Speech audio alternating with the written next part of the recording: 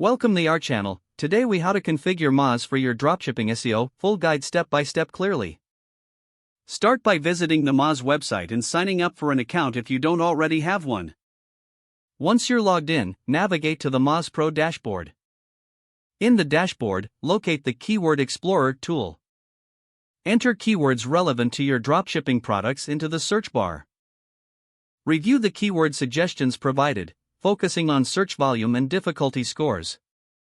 Select a few keywords that align well with your niche. Next, go to the Site Crawl feature. Enter your dropshipping website URL to analyze its current SEO status. Wait for the crawl to complete, and then examine the report for any critical issues.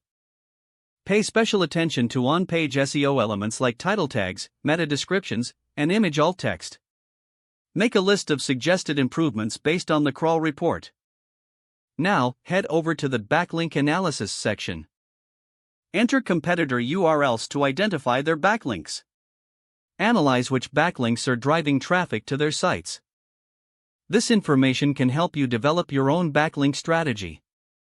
Next, visit the Rank Tracker feature to monitor your chosen keywords.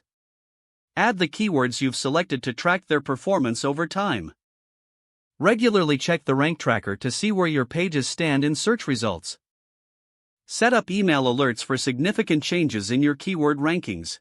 Now, use the on-page optimization tool to improve individual product pages. Input your target keyword for each product to receive specific recommendations.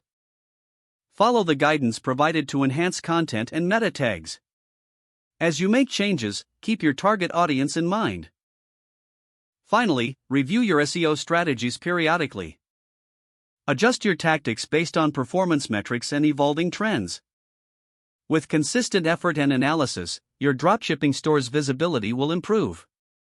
If the page does not load, refresh the browser or try again in a private or incognito window.